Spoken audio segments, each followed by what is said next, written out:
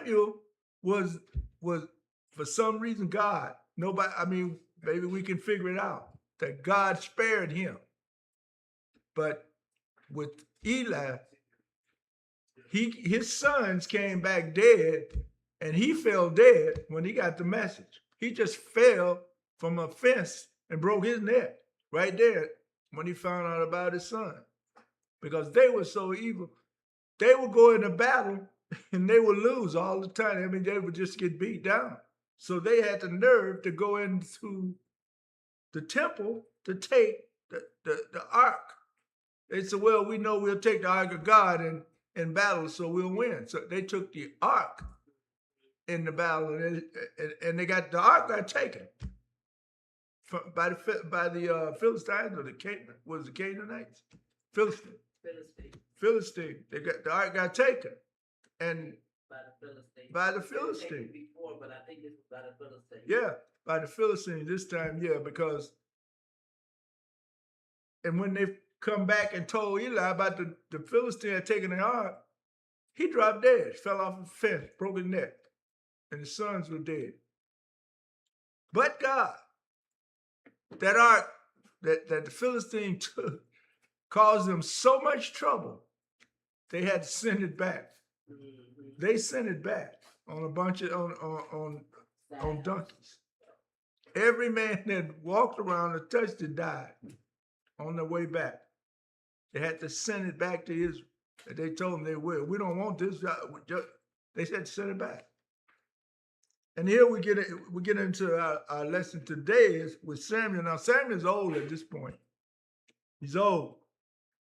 And Samuel, the first verse in chapter 8 says, and it came to pass when Samuel was old that he made his son judges over Israel. Uh-oh.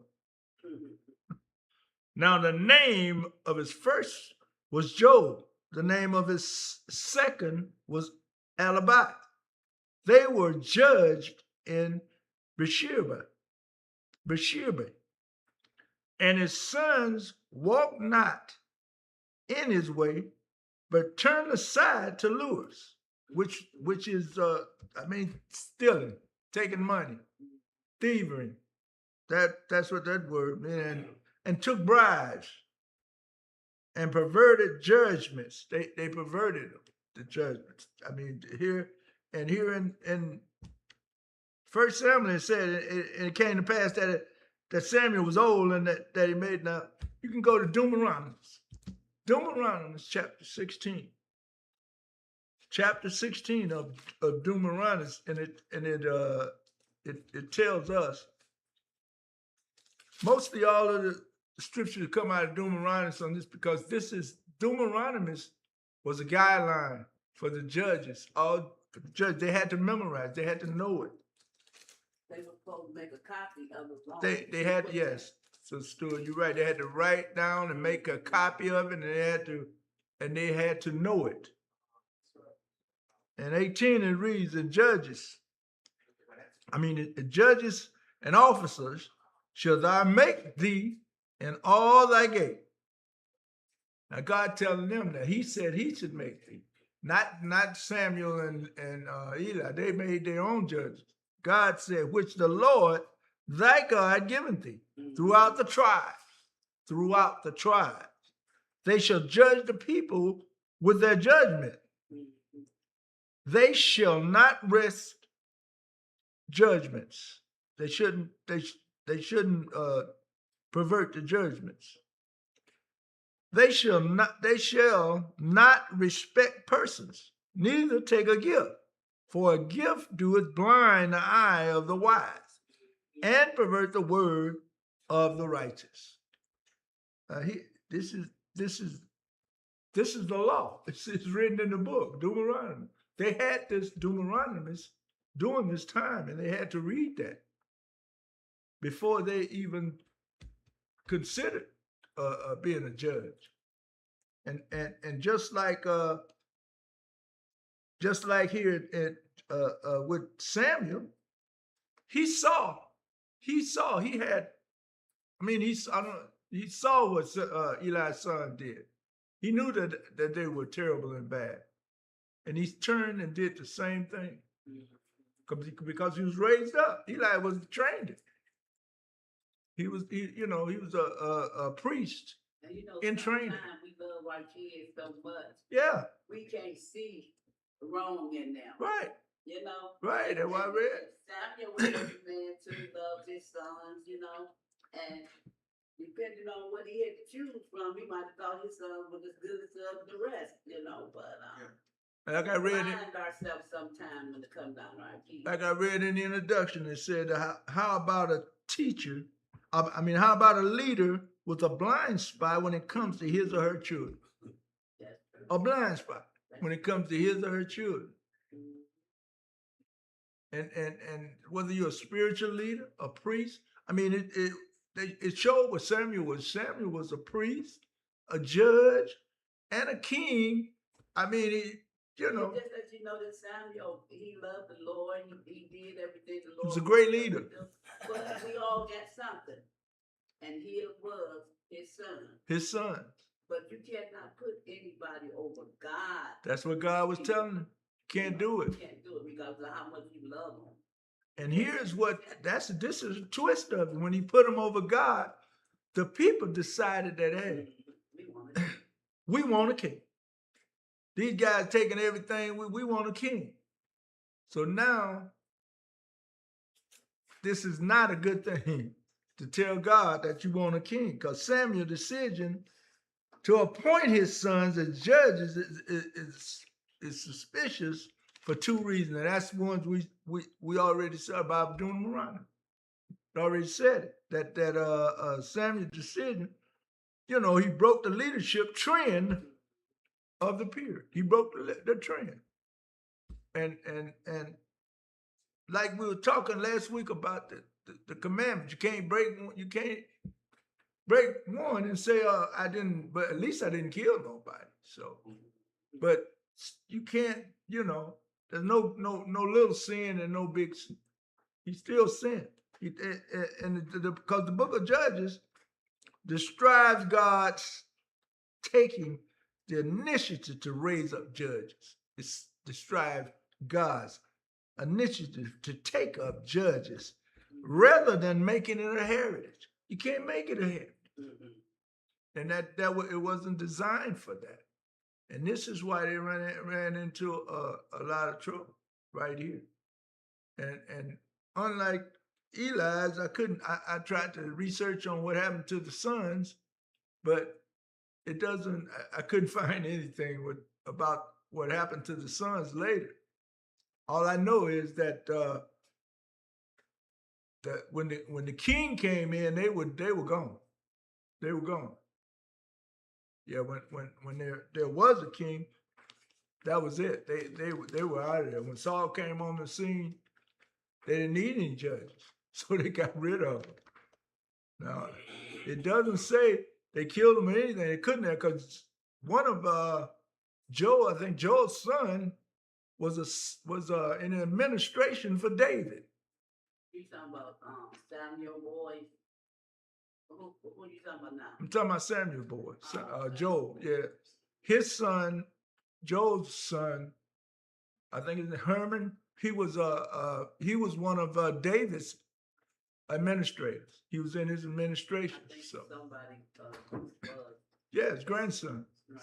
Samuel's grandson was in there, and so obviously they didn't kill him right away. So, but that wasn't the same as it was with Eli's son. They died. They died because they were doing things. They both were doing it. They was robbing the people. They were doing everything. And the people was in an uproar. The Israelites, they were in an uproar. The elders came, that's why they came to Samuel and told him, we can't have this no more. And every time I think about this and them wanting a king, if you get a king, he's gonna form an army. He's gonna say, I need so much of your money. This right here. God, the one that gave them land. God fought their battles. They didn't have to die. But you want a king who's no stronger than you in essence, and he's gonna take from you what you want to leave a God that's giving you everything. This is what the lesson. This Yeah, is what the lesson's gonna run up to, because there are rules and regulations when you get a king. I mean, the tables change when you get a king.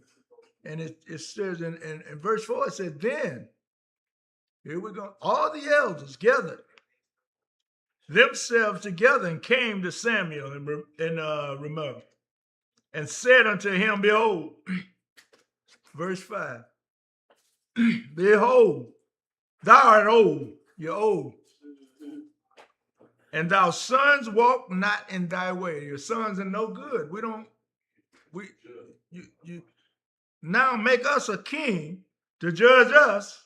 Now here's the rip right here. Here's the whole thing right here. When they shouldn't have said it. When they said like all other nations. Israel was not like all other nations. They should have never, ever even made that request to God, under God. That's what made that was the straw that broke the camel's back. When they made a request to Samuel that they wanted a king to judge us like all other nations.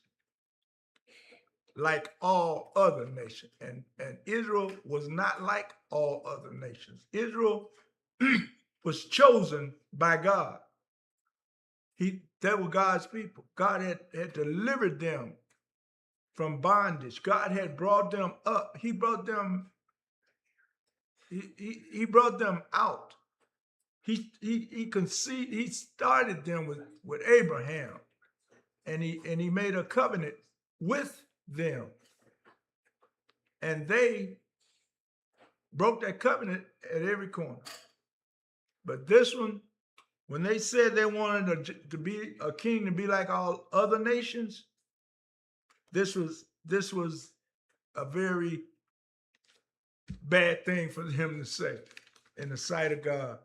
After all that he had done for them, he had brought them through. I mean, he brought them out of, he fought all their battles all through the wilderness, fed them. I mean, he showed them the way. He directed them. He gave them a land of milk and honey. He gave it to them. But they were like us. You get beside yourself, because sometimes the more you get, the more you want. Instead of being thankful for the things that God has done for you. We must sometimes sit back and just realize and thank God for all the things that he's done. And thank him for bringing us from where he brought us from. I mean, he brought us from a mighty long way. He brought us through dangerous scenes. It doesn't seem just the same as he did these Israelites. But now, here they're at the point they want a king. Granted, those two sons of Samuel, they were milking them. They were deceiving. They were stealing from everybody. They were taking the offerings and they eat it up before they even put the offerings in the temple. They were doing everything. They were no good. None at all. But then, drove the people to go even farther. Sometimes, when sin arises, instead of us waiting on God, we go about our own righteousness. And this is the point they're at right now. They're at a point to, well, okay, we have it bad with these guys, because the more they were getting all the crops, 10th of the crop, they were taking all the money. It was bad. But instead of waiting on God, they went about to do their own thing. They went about their own direction. They asked God for a king, like all the nations. All the nations around them were pagans. And that's one thing all the nations, like all the other nations. Yeah, they had just fought and attacked all when they came into Canaan, into the promised land. Canaan was set up. Canaan didn't have a unified army. They didn't have a unified army. So when they came into Canaan, they had to go and fight in every city, every nation they went into. They had to fight Israel to take it. Every one. And this is, this is because Israel was unified. They had an army. And they would go in, and these little armies in these towns, they crush them because of God. God was he was on their side. And now, here they get to the point. I mean, they had already disobeyed God because God told them don't go in there mingling with those people. And they went in there, and I guess these Canaanites, they were nice looking. It had to be because they started marrying them. They started having families with them. And that was displeasing to God because he told them when they went in there not to do that. And here, Samuel was old, so they wanted Samuel, hey, you got to go. You old, and you got these two boys in here that's stealing everything we got. So now we want to go out and get us a king. Let him steal from us. That's all I can figure. And that's the problem with some of our churches today, that they see wealth more than they see God. They see power, the prestige, and the honor they get instead of giving the honor to God. Right. Because it kind of, how can I put this, does something to the ego, pumps the ego up. Well, I mean, for one thing, we get into ourselves as far as that. It's not about us, it's about God. That's what we have to do. We have to put ourselves out of the way and let God lead and direct us. Amen. And this is what we do. They doing the same thing then that we doing. When things don't materialize right away, we go and try to make things happen our way. Try to do our thing. But And it's not like God has not been there. He been there. Manna from on high. He brought you through the Red Sea. He brought them out. He fought your battle. Moses said, "Stand still to see the salvation of the Lord." Yes. God has been there. I can see if they say God wasn't there, but He had. He's been there. Like He's been there for us. Yes, my God has done all these things. All these things. For a man who can't do nothing for me. Right. Yeah, I mean this is what we deal with today. The same thing they were dealing with then. Instead of waiting on God, we go about our own righteousness, try to do our thing. Like, I think my deacon here, turning in, Deacon Thomas, welcome on Facebook. And here, let's read Deuteronomy chapter 17. Chapter 17, start at the 14th verse. This is what he told them. Now, this is what he told them. When thou art come into the land which the Lord thy God giveth thee, and thou shalt possess it, and shalt dwell therein, and shalt say, I will set a king over me, like as all the nations that are about me. Thou shalt in any wise set him king over thee, whom the Lord thy God shall choose.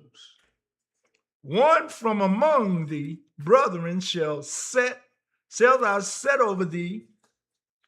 Thou mayest not set a stranger over thee, which is not thy brethren. But he shall not multiply horses to himself. He giving them stipulations and cause the people to return to Egypt, and to end that he shall multiply no more that way. I mean, and it goes on to say that neither shall he multiply wives to themselves. But now we know all those kings did that. They multiplied wives. They all did. All did it. There we go again. You break one sin, you break them. I mean, and it says right here that you shouldn't have multiple wives. All of them, David, Solomon, I mean, they all had multiple wives. And his heart turned not away, neither shall he greatly multiply himself with silver and gold.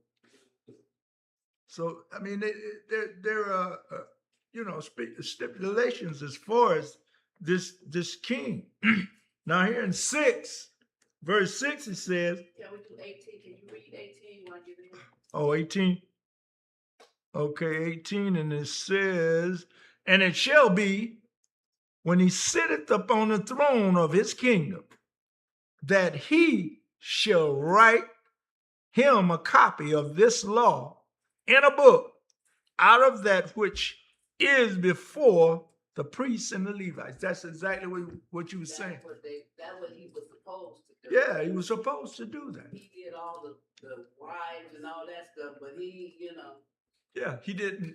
Everything he was supposed to do, he didn't do. Right. He did the opposite. And this is where they started off going about making their own laws. They twisted the law so it would fit their convenience. First of all, he should have never appointed his sons as judges, just like Eli. There should have been a lesson for him with Eli's son, because they were bad. And here he takes his two sons and do the same thing, and they were bad. And this is where God said, okay, this is the last two judges, Samuel, the last judge. We won't have no more judge. They want a king, and here we go as far as the king. It says here, but the things displeased Samuel when they said, give us a king to judge us. Samuel prayed unto God. He was displeased. He was upset because he thought the people were rejecting him. That's what he thought. Samuel thought, well, I'm old now. Now they're rejecting me. And 7 it said, and the Lord said unto Samuel, hearken unto the voice of the people, and all that they say unto thee, for they have not rejected thee. They haven't rejected thee, but have rejected me, that I shall not reign over them. Want a king. So they rejected Christ. They rejected God. And according, 8 it says, and according to all the works which they have done since the day that I brought them, this is what we're talking about. The day I brought them up out of Egypt, even unto this day, wherewith they have forsaken me, served other gods, so do they also unto thee. They've forsaken him, served other gods. They came over to Canaan, and he told them not to go over there mingling with those idol worshipers. And they did. They went there. They mingled with them. They married them. And they've already broke the law. They've already broke God's law after all that he's done for them. Now therefore hearken. 9 says, therefore hearken unto thee, to thy voice. Howbeit yet protest solemnly unto them, and show them the manner of the king that shall reign over them. Now this is where it gets real interesting here. He said, okay, You want a king? I'll give you a king. And he giving Samuel the instruction to tell them exactly what kind of king they're gonna get. And Samuel told all the words of the Lord unto the people that asked of him a king. He told all the words. He prayed unto God. God answered him. So now he going and tell the people what God has said unto him. And he said, thou shalt be the manner of the king that shall reign over you. He'll take your sons and appoint them for himself, for his chariots, and to be his horsemen. And some shall run before the chariots. Now, you just have to sort of meditate on that. This is what they want. This is what they want. A king that's going to take their sons, throw them into service. That's what it amounts to. They're gonna throw them into the military, and they're gonna make them run. They call them chariot runners, or that ran before the chariot. And you better not fall, because the chariot run right over you. Yeah, that's the infantry. Infantry, yes, but you have to keep moving. I mean, this is what they say. But this is another thing about this is that you see the same thing happening today. Yes. The same thing happening today with what we have in office. The king, he's grabbing up our sons. You hitting it right on the head. To send our sons and daughters out to war. Yes, sir. While he sat back, trying to cover himself from other things. So it's you can see that how it mirrors today. Yeah, you can see how it mirrors today. I told you when we started this lesson, you have to understand this to understand where we are right now. Mm-hmm. This is where we came from. But you have to recognize with these patriarchs in the Bible, you have to these monarchs in the Bible, you have to recognize today where we are. And this is why the outline was Israel's political. It said Israel political settings. This is what we're talking about. We're talking about politics, and you hit it right on the head, Dick Flint. It's the same. I mean, we're in that narrative right today, yes, to where we have political figures who want to be kings. It lets you know that man is still vain.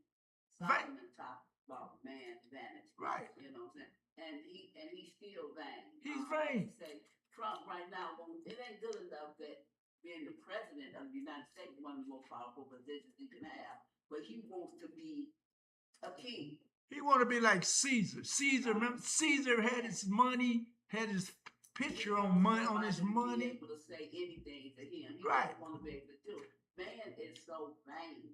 It's never enough for him. Never enough for him. Never enough for him. This guy want his picture on the walls. He want his name over John F. Kennedy's name on the Kennedy Center. He want his name. I mean, he has no legacy as far as to put beside a John F. Kennedy. John F. Kennedy has a living legend. Can't compare to him. No comparison. No comparison. You put your name up there just like me putting my name up there. I mean, like all this gold stuff, everything. Gold. Everything. The White House and gold plated. Gold plate, yes. Because kingdoms always had gold. All kingdoms, yes. And all the rich colors and things. All of them. And yeah. Trump may not be a king, but he's trying to at least look like one.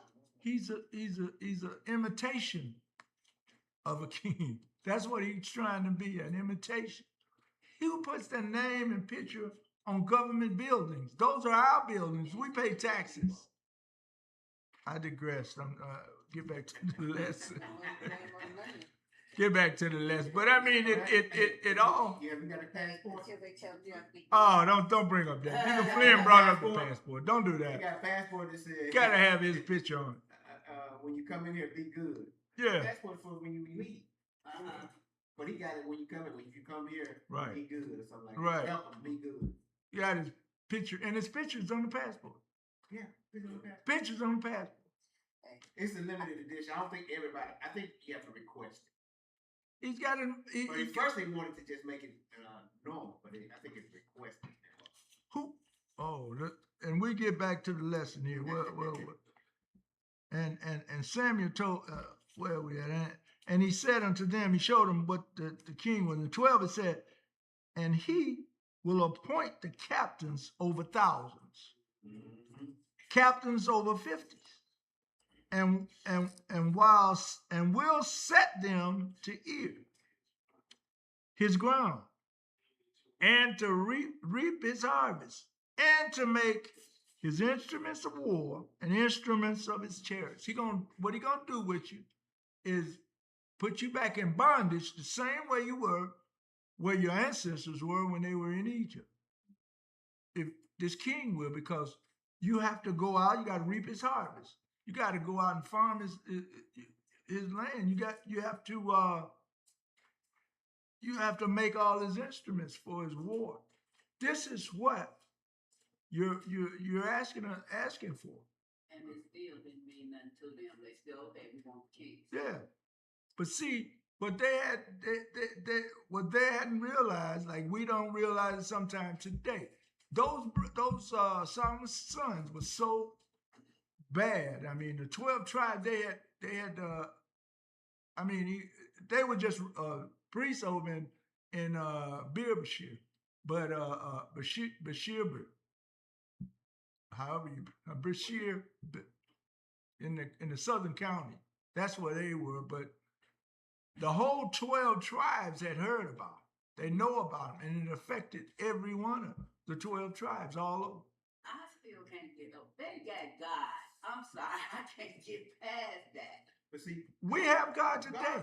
God So why you can't get past it?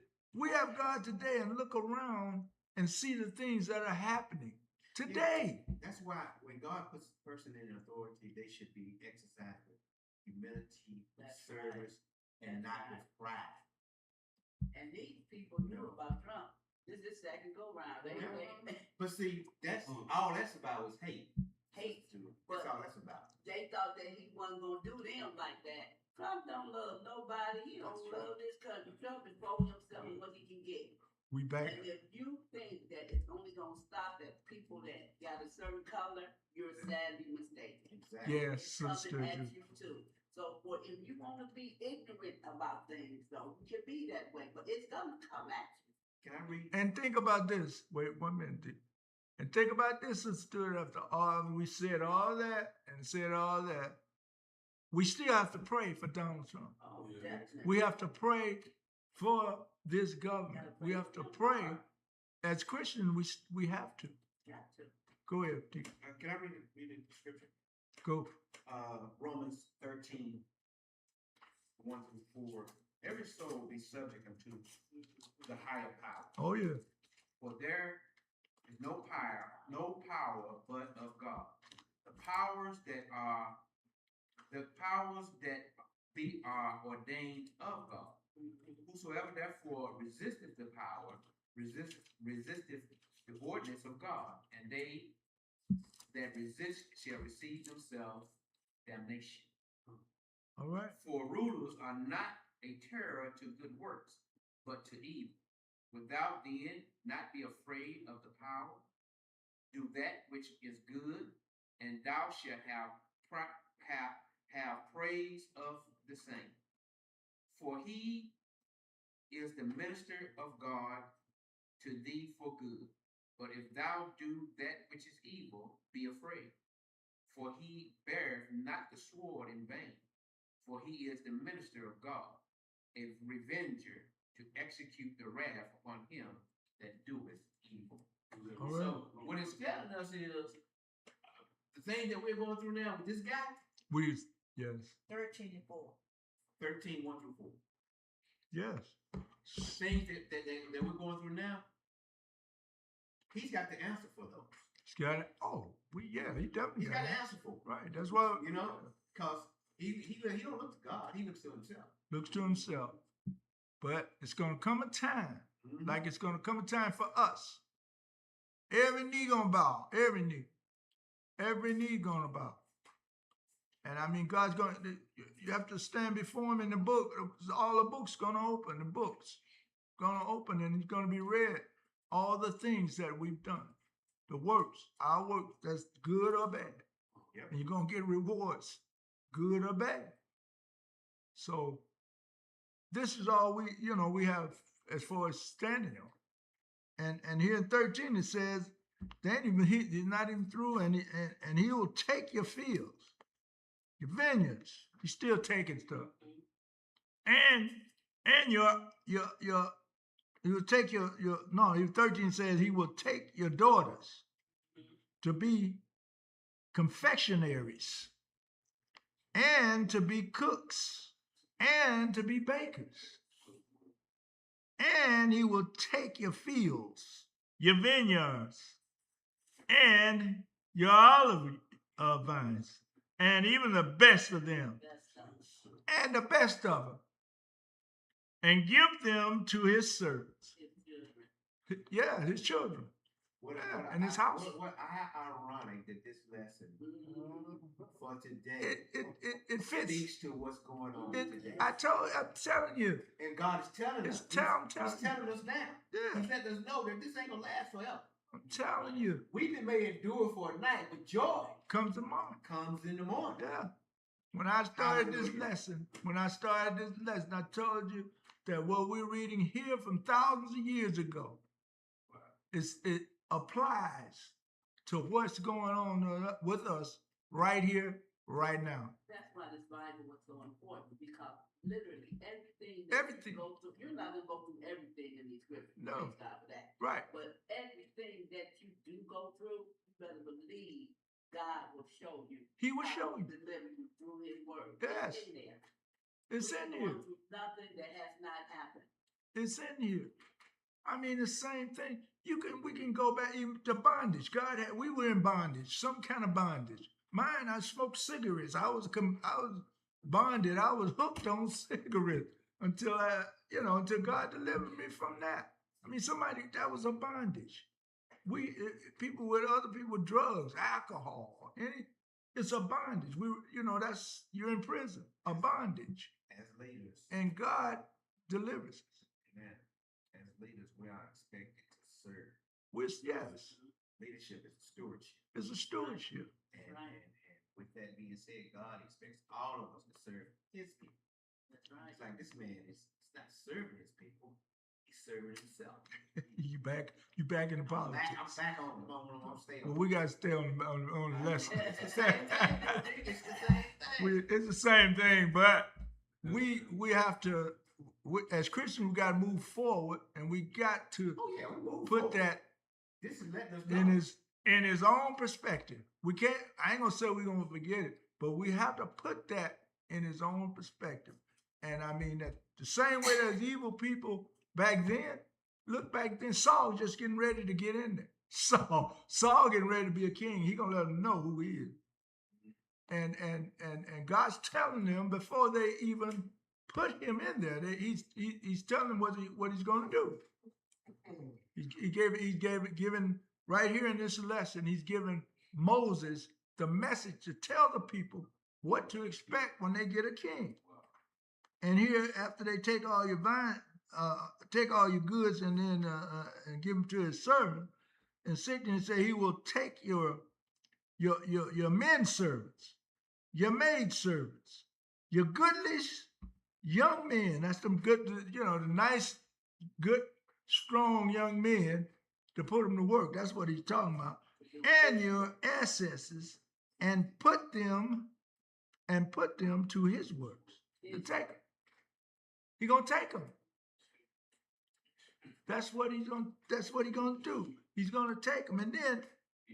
And then 17 say he will take the 10th. Uh-oh, here come that 10th. 10th of your sheep, and ye shall be his servant. Now, see, he's trying to be, Huh? they trying to become gods now. Yeah. So I want a 10th. But this is, he won't, yeah, God is the person to get a 10th, but now the king, you have to give him a 10th. A 10th. But this is what you're asking for. This is what That's we, what they wanted. they were asking for it back then. We voted for it. Well, for what we got. And we get it. And we- paying for it. and we paying for it. Well, they voted for it too. They wanted a king. They wanted Right, it. but we They wanted didn't. a king. We didn't because we recognized from the first time what was going Not on. everybody. Well, obviously not everybody, but you have those. It was more people didn't vote that did vote. And if you're Think right. about it. Exactly. More people did not vote, And that's why we're in the position we're in right now. did vote. Yes, that's why we're in the position we are in right now. You have to make a choice in life. You got to make a You choice. have to make a Can't choice. sit back on the sidelines and Can't. hope somebody else do it. You can't sit on the fence. You know? You can't sit on the fence. Same way with Christianity. You can't sit on the fence and think one Sunday I'm gonna go to church this Sunday, but I'm gonna party next week. You can't sit on the fence. You have to be all in.